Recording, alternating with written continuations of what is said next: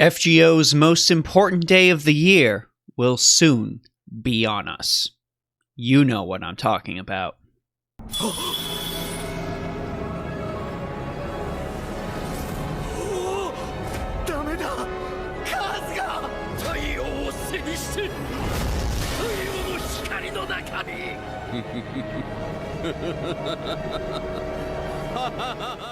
I hope you enjoyed that, Gacha Gang. Kawaii50 here to talk to you about the first emperor, Qin Shi Huang. We're going to be going over Qin Shi Huang's kit, Qin Shi Huang's stats, the best allies to pair Qin Shi Huang with, craft essences, command codes. There's a lot to go over, people. There's a lot to say about Qin Shi Huang, so if you like what I have to say, go ahead, like and subscribe. Qin Shi Huang's stats are impressive, to say the least. Our Mothman is running a quick Arts Buster deck with an Arts type Noble Phantasm that deals no damage itself, but provides some very, very powerful damage boosters. His max HP at 15,828 is the 6th highest in the entire game. And because of his ruler class, the way ruler class advantage works out, he's going to be getting a lot of mileage out of that massive pool of HP. If you manage to grail him, that brings it up to 17,340, which is even more monstrous. His max attack is not nearly as impressive at 9,977, putting him at one of the rulers with the lowest attack in the game, but that is actually something we're going to end up working around fairly quickly. His NP per hit is solid at a 0.47%, and his 2 Arts cards plus his ability to Arts Brave Chain means he's not going to have major issues getting a Noble Phantasm. His star absorption is also fairly average.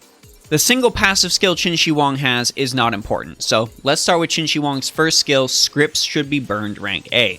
This decreases the NP gauge of all enemies by 1, and also decreases their defense by 10 to 20% for 3 turns. This is a skill you're going to want to level last. The defense debuff is actually pretty helpful for your other servants. This skill isn't necessarily bad. That NP gauge reduction especially is going to help you a lot in challenge quests. But even though this skill is good, it still remains the weakest of Qin Shi Huang's skills.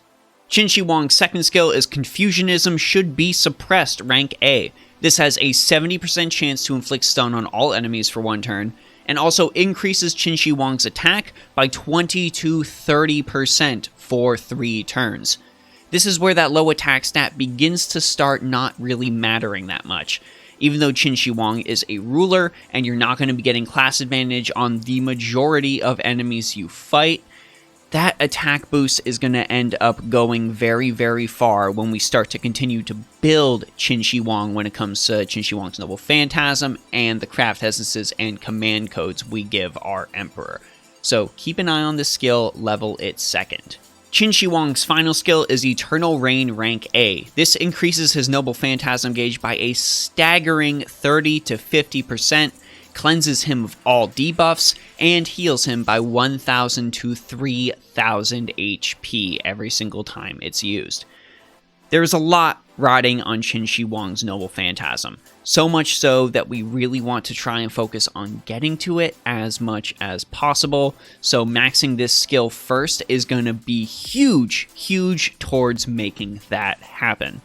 And plus it's going to help Qin Shi Huang's survivability, especially when it comes to challenge quests. Qin Shi Huang's Noble Phantasm is the Domination Beginning Rank B+, and this, gang, this is where we start to see the ascension into the ultimate life form.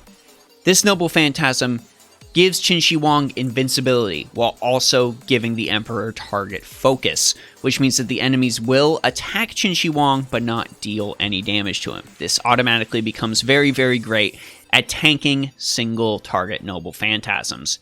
But it also provides our Emperor with a very powerful attack boost as well. Qin Shi Huang is going to get 50 to 100% of a critical damage boost, a 300% increase to the critical star gather rate, and related to overcharge, we've got an attack increase of 50 to 100% depending on the overcharge level. And all these buffs last 3 turns.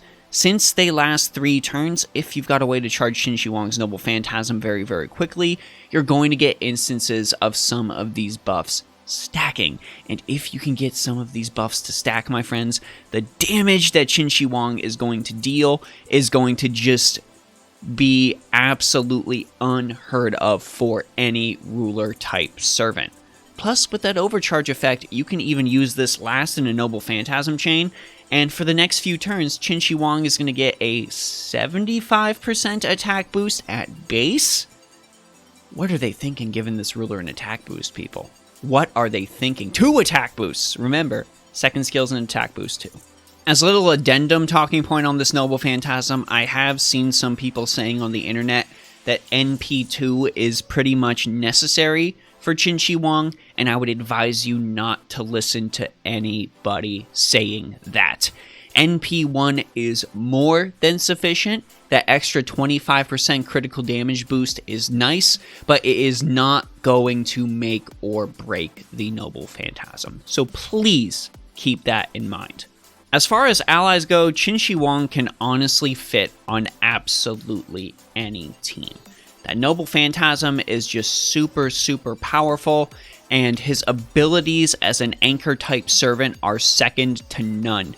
Qin Shi Huang is actually very powerful as a solo type servant for certain challenge quests. But if you're looking to actually build a focused team around the Emperor, then here are a few servants that I think really, really play well with him. Let's start, of course, by mentioning Tomomo no Mai. The main reasons you'd want to put Tomomo no Mai on the Emperor's team are for Fox's Wedding rank EX, that Arts card effectiveness boosts are going to help Qin Shi Huang charge the Noble Phantasm, and Eightfold Blessing of Amaterasu, having a skill cooldown reduction of 1 for all allies, is very, very powerful, especially considering Qin Shi Huang's got a maximum cooldown of 6 on all of his skills if you get them to rank 10. Having the lowest amount of downtime on those skills is going to make the Emperor far more powerful and far more consistent. Sherlock Holmes is someone I'm particularly looking forward to using with Qin Shi Huang, mainly because of how Elementary My Dear works so well with the Emperor's kit. This Noble Phantasm has a 500% chance to decrease your enemy's defense by 30 to 50%. It also gives your allies Ignore Invincible, Ignore Defense, and it provides them with a critical strength boost. With Qin Shi Huang already providing himself with a critical strength and attack boost on top of that, ruler low damage is going to seem like a thing of the past with both of these characters on the battlefield. If you had the ability to roll on both banners around the time Qin Shi Huang was released, then Prince of Lanling is going to be an excellent companion for the Emperor. It really made sense that they were on the same side, though I would really have liked to see them fight more together. Demonic Visage, rank EX, increases the Arts card effectiveness of all allies, which Qin Shi Huang is going to like greatly. And if you combine Great Vigor with this skill before you use it, then the buff success rate for your allies is going to be at 100% if you've got that skill at rank 10, which means Qin Shi Huang is also going to get a star drop rate and critical strength increase. On top of that, we've got Prince of Lanling in battle, which further increases the attack of all allies, and also gives all allies a damage cut, which on a ruler class servant is an incredibly powerful buff. I'm not just mentioning her because of my absolute wear on my sleeve love of the Three Kingdoms era, but Sirma Yi is actually an incredible servant to pair with Qin Shi Huang as well. Emperor's Command is going to grant this Emperor a 20 to 40% attack increase, and Supreme Mystic Code Volume and Hydrogyrome is going to give Qin Shi Huang instances of Invincible where he doesn't have to use his Noble Phantasm, and also provide him with a slight NP gauge steroid. Tactician's Advice on top of that, a defense buff, a damage cut buff on a ruler class servant with a tiny little bit of NP to boot. Well, the Emperor's really going to like that. And finally, of course, Artoria Pendragon Caster is going to give Qin Shi Huang so much survivability that it is just going to be mind-boggling.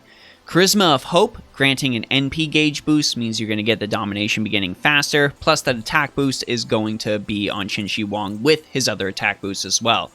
Blessing of the Lake can increase his NP gauge while also giving him an NP gain boost. Since he has the ability to Art's Brave Chain, this means that Qin Shi Huang is going to be gaining back Noble Phantasm in spades. Finally, Sword of the Selection rank EX increases Qin Shi Huang's arts effectiveness, gives Qin Shi Huang a special attack against threat to humanity enemies, and invincibility. Plus, around Caliburn, extra invincibility, overcharged invincibility with another 30 to 50% attack increase. What is class advantage anymore? Does class advantage even matter at this point? For the Emperor's craft essences, we've actually got a lot of different ways to play around depending on how you want to build him. If you're going to solo with him, which I know a lot of you are going to do, might I recommend for shorter fights, Volumen Hydrogyrum. That nice little invincibility boost is something I've been using on Kukulane Altar with massive success, and I really think that since both Kukulane and Qin Shi Huang are survivability focused servants, it's going to work very well here. If you're looking to focus on ramping up into the domination beginning as fast as possible, Magical Girl of Sapphire is a very fun pick, a 25% NP generation rate boost with a starting 40% NP steroid. If you manage to max limit break this and have Qin Shi Huang's Noble Phantasm charge skill at rank 10, you're going to get an instant turn 1 domination beginning.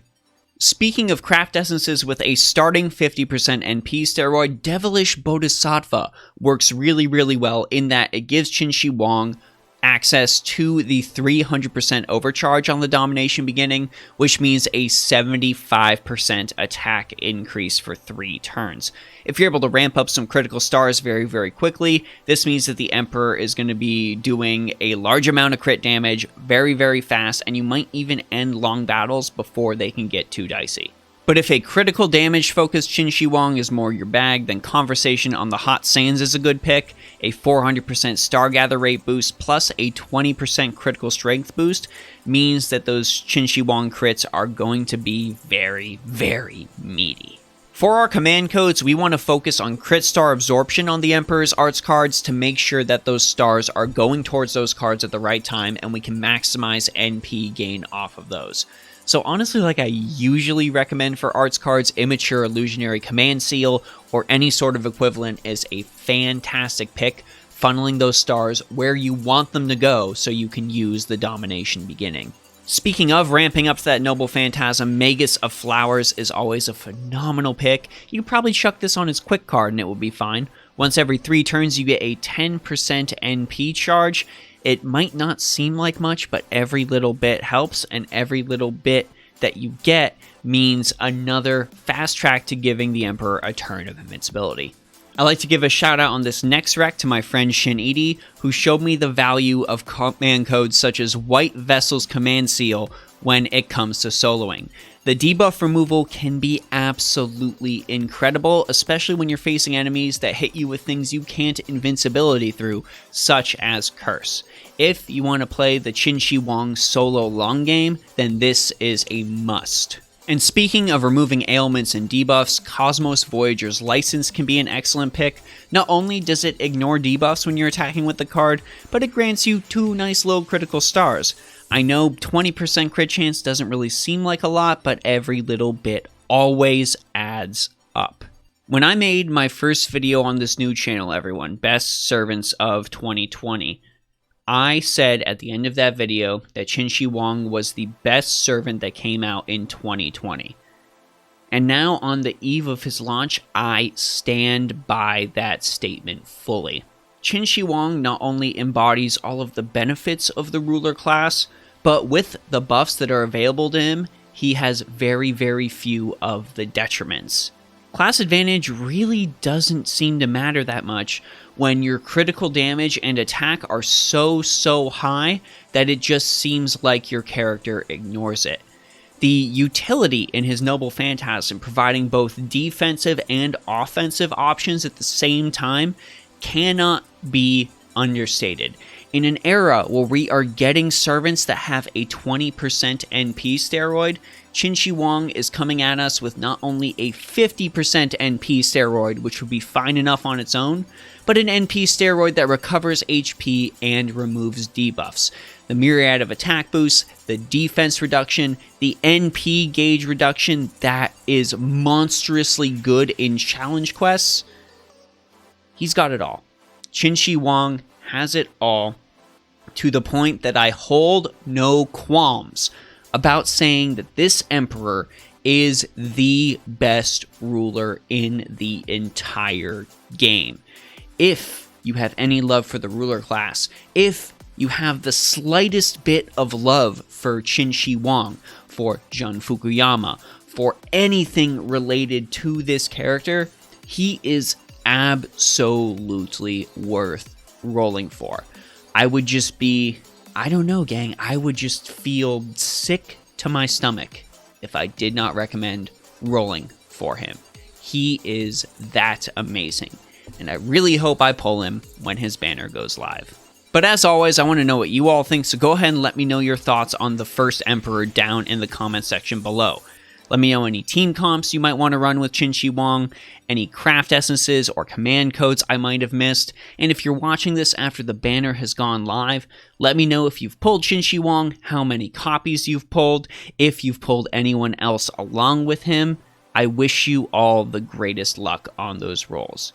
I'd like to give a thankful shout out to my patrons. You are the people that make this all happen, and I really, really appreciate all of your support. It just warms my heart.